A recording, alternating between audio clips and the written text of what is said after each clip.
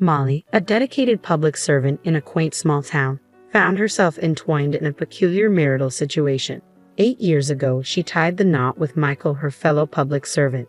However, their careers demanded constant relocation, forcing them to lead separate lives despite being husband and wife. The absence of children only accentuated their solitary existence. Night after night, at 9 p.m. sharp, Molly would receive a familiar message on WhatsApp from her husband. "Damn, I have a meeting tonight as well," it would read, followed by a brief exchange about their uncertain reunion. This routine, albeit predictable, was the closest semblance of communication they shared throughout their marriage. To outsiders, their arrangement might have seemed like a marriage of convenience, a notion exacerbated by their profession as federal civil servants, often deployed to different military bases every few years. Yet, within their circle, such separations were the norm rather than the exception. 2 years ago, during one of their fleeting WhatsApp conversations, the topic of purchasing an apartment in Molly's hometown of Jackson, Mississippi arose. Hopeful yet resigned, they entertained the notion of cohabitation should fate allow. Their dialogue, though terse, hinted at underlying sentiments of longing and uncertainty. When Molly finally acquired an apartment in Jackson, she did so with a dual purpose: to be closer to her roots and to potentially share a life with Michael should their paths align. The prospect of finally living together after years of separation flickered like a distant beacon of hope. Then, one day, amidst the usual silence of WhatsApp notifications, Michael's voice broke through the monotony with an unexpected phone call. The deviation from their routine caught Molly off guard, prompting a brief exchange about his parents' upcoming visit. Despite the shift in communication medium, the warmth Molly had yearned for remained elusive in Michael's distant demeanor. As Molly hung up the phone, she couldn't help but wonder, when was the last time they truly felt like a couple? "Since our wedding, it feels like an eternity since I last saw my in-laws." With Michael's nomadic career taking him all over the country and his parents settled in Eugene, Oregon, opportunities for reunions are rare. But now, with their impending visit to my hometown of Jackson, Mississippi, I'm determined to make it memorable. I eagerly offered to be their guide, eager to showcase the charm of Jackson.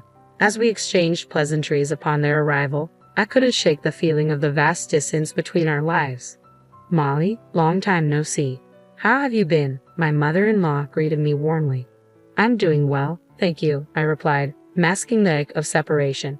"Michael has been living alone for a long time. Sorry for not being able to meet up," she continued, acknowledging the chasm between us.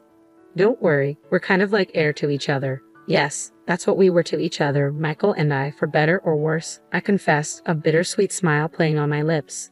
Seizing the opportunity, I proposed a day out, suggesting we explore the Windsor ruins, a local marvel. As we marveled at the majestic remnants, my father-in-law drew parallels to their beloved Shelton Murphy Johnson house in Eugene, reminiscing fondly about their hometown. Despite the allure of the ruins, I sensed a yearning for familiarity in their eyes. And so, our adventure continued, with visits to the petrified forest and other local gems. My mother-in-law, captivated by the city's charm, began entertaining the idea of a longer stay. "I've fallen in love with Mississippi. Thank you, Molly. Would it be all right if I stayed here for a while?" she asked, her sincerity touching. "Of course. I'm usually not home during the day, so I'll give you a spare key," I offered, touched by her newfound affection for my city. Days turned into a week, and still, my in-laws showed no signs of departure. Faced with their reluctance to leave, I mustered the courage to make a proposition. "Well, if you like it that much, I can lease it to you for $600 a month," I proposed, hoping to bridge the gap between our lives even further. "I can just stay at my folks' house in the city in the meantime," I suggested, hoping to ease the tension.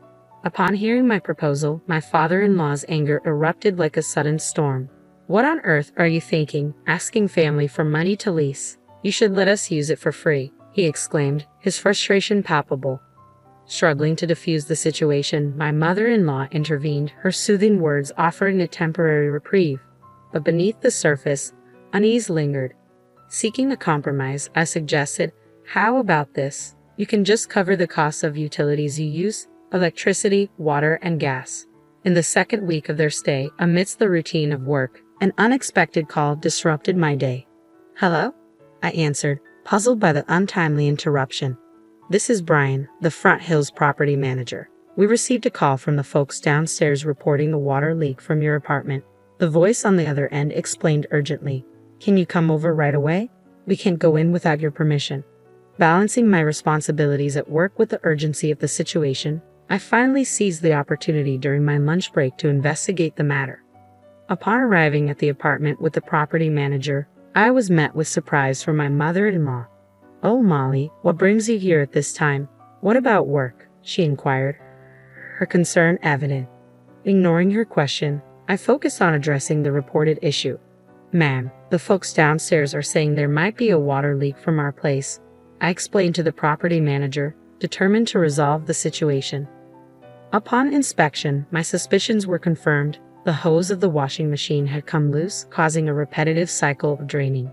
This is the problem," I declared, relieved to have identified the source of the disturbance. Descending with the property manager, we ascended to our apartment to inspect the reported leak. As we entered, my heart sank at the sight of the spreading stain on the ceiling, directly beneath the washing machine. An involuntary sigh escaped me, betraying my frustration. My mother-in-law, curious, peered into the room before retreating with a guilty expression. Knowing the responsibility fell on my shoulders, I begrudgingly apologized to the neighbors with a peace offering of cookies, accompanied by a bill from the property management for the necessary repairs. Upon relaying the incident to my mother-in-law, her reaction caught me off guard. "So you're telling us to pack up and leave, is that it? We're not going anywhere that easily. Should we just up and go, huh?" she retorted, her tone sharp with indignation. The complaints continued unabated. Another call from the property manager revealed a new issue. My father-in-law's nightly balcony serenades were causing a disturbance. Suppressing a groan, I resolved to address the matter head-on. Returning to the apartment, I was met with an empty space. A note on the table announced their departure back to Seattle, leaving behind unpaid utilities and a heap of garbage. Frustration boiled within me. Their departure was abrupt, leaving behind a mess and unpaid bills.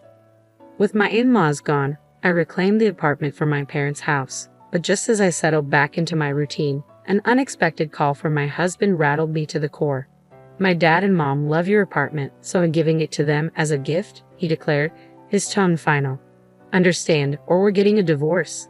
Stunned by his ultimatum, I could only grasp the weight of his words as he hung up, leaving me to contemplate the repercussions of his decision. As I left my apartment, the echo of my mother-in-law's laughter lingered in the air. Unbeknownst to me, my in-laws had relocated to my husband's government quarters, initiating a subtle yet coercive tactic. Instead of addressing me directly, they manipulated my husband into pressuring me to relinquish the apartment. How had it come to this? Now, I found myself at a crossroads. Surrender the apartment I had fought so hard for, or face the prospect of divorce. It was a binary choice, one that weighed heavily on my mind as I deliberated the options. Groaning with the weight of my decision, I finally reached a resolution. 2 days later, instead of the usual WhatsApp message, my husband's call brought an ominous tone. "You'll pay for this," he threatened, incensed by my decision to send divorce papers via express mail. His anger caught me off guard, but I stood firm in my resolve. Yet the repercussions of my actions unfolded swiftly. Summoned by my boss, I received a transfer order to Dallas, orchestrated by my ex-husband who managed personnel. Frustration bubbled within me, but amidst the chaos, one question persisted. What about my apartment? Should I succumb to pressure and rent it to my ex's parents? Seeking clarity, I sought counsel from the legal affairs department at work. Their verdict was clear. With no ties to my ex-husband, I had no obligation to accommodate his parents either. The solution was simple: rent out the apartment as a landlord. Empowered by this revelation, I contacted my in-laws who had returned to Portland and proposed renting out the apartment upon my transfer. To my surprise, they readily agreed, their interest in the apartment outweighing any notion of harassment. In this unexpected turn of events, I found solace in reclaiming control over my life and property. I proposed a monthly rent of $700, inclusive of utility bills and repair costs from their last stay. Surprisingly, my in-laws accepted the condition without complaint. As I juggled my duties in Dallas, I also dedicated myself to studying for the internal selection examination, a pivotal step towards advancing to the highest echelons among senior military officers. The ultimate goal was to qualify for the Command Staff Course, a rigorous training program for unit commanders. My desire to surpass my ex-husband in rank and position fueled my determination. Against all odds, I triumphed over this formidable obstacle, securing admission to the command staff course in one attempt. With a triumphant spirit, I declared to myself, "Watch this, Michael. The real revenge starts now." As I embarked on my journey, I purposely refrained from contacting my ex-husband, relishing in the anticipation of his reaction. 16 months later, I ascended to the position of unit commander in Nebraska, overseeing soldier education and training. Concurrently, fate saw fit to bring my ex-husband to the same state, albeit in a different capacity, assigned to the Regional Cooperation Headquarters, acting as a liaison between the military and local communities. Thanks to my success in the internal selection exam, my rank now surpassed that of my ex-husband's. The revelation of my elevated status caught him off guard during a training session for senior officers. "Why are you wearing a higher rank insignia than mine?" he demanded, his voice betraying a mix of surprise and indignation. His outburst drew the attention of those around us, leaving them puzzled by the sudden tension between us. As I observed my ex-husband's arrival, a wave of emotions surged within me, but I chose to maintain a composed exterior. Deep down, I harbored a sense of relief, realizing that I was no longer entangled with someone of such low character. It was a splendid Sunday, bathed in sunshine, marking the annual Base Open Day. This event offered a rare opportunity for civilians to engage with servicemen and experience a glimpse of military life. As crowds marveled at the displayed tanks and immersed themselves in simulated combat training, excitement filled the air. Soldiers descended from helicopters, executing maneuvers with precision akin to Spider-Man, leaving onlookers in awe. From photos with soldiers to souvenir merchandise, attendees reveled in the festivities. Amidst it all, I, as a training coordinator, manned a booth offering civilians a chance to experience the forward-leaning rest position alongside active servicemen. In the midst of this bustling atmosphere, my ex-husband made an unexpected appearance, accompanied by members of the Parents Association. The sight reignited the suppressed emotions I held towards him and his family, stoking the flames of revenge within me. In that moment, amidst the vibrant festivities, I saw an opportunity for ultimate retribution. I couldn't let this opportunity slip by. "How about it, Mr. Over there? Mom and Dad, would you like to join us too?" Before I knew it, I found myself calling them over, reluctantly ushering my ex-husband and former in-laws to our booth. With a determined yet subtle forcefulness, I fitted my ex-husband with an iron helmet and positioned him amongst the other servicemen. "All right, in the military, we assign everyone a number," I explained, suppressing a smirk. "When I say start numbering, the person on the right will say 1, then the next person 2, and so on." I orchestrated the lineup, strategically placing my ex-husband at the far right in the coveted number 1 position, surrounded by a mix of servicemen and civilians. "Numbering start," I commanded, relishing the control. As the exercise commenced, my ex-husband's prompt response and rigid stance almost broke my composure. Suppressing the urge to laugh, I reveled in the unexpected amusement of the situation. Following the lineup, the instructor, a seasoned serviceman, delivered a concise lecture on the forward-leaning rest position. Participants, including my ex-husband, diligently followed suit, repeating the moves until they were proficient to a certain extent. From that moment onward, I assumed command. "We're going to conduct combat training," I announced, addressing both soldiers and civilians alike. "Soldiers, be mindful of your muzzle direction. Civilians without guns, please simulate." With a firm directive, I rallied the 9 participants. "Target the tree ahead, forward." We're maintaining a low profile, advancing by running, using the tree for cover, I instructed, orchestrating the exercise. "Keep your weapons pointed towards the enemy direction, and let a portion of the team move forward in a bounding overwatch." Number 1. Bounding overwatch, move forward, I commanded, pushing my ex-husband to his limits. With each directive, my ex-husband, an active duty soldier, obediently followed, crawling along the ground with his rifle. Amidst the spectacle, laughter erupted from the crowd, unaware of our personal dynamics. To them, it was merely an amusing display of a female commander directing a male soldier. However, my ex-husband's parents wore grimaces, perhaps realizing the reversal of power dynamics. In the hierarchical world of the military, my ex-husband had always asserted dominance, both at work and in private. Yet fueled by frustration, I undertook and aced the selection exam, turning the tables. Refreshed by the experience of asserting my authority, particularly in front of my ex-in-laws who had once looked down on me, I reveled in my newfound confidence.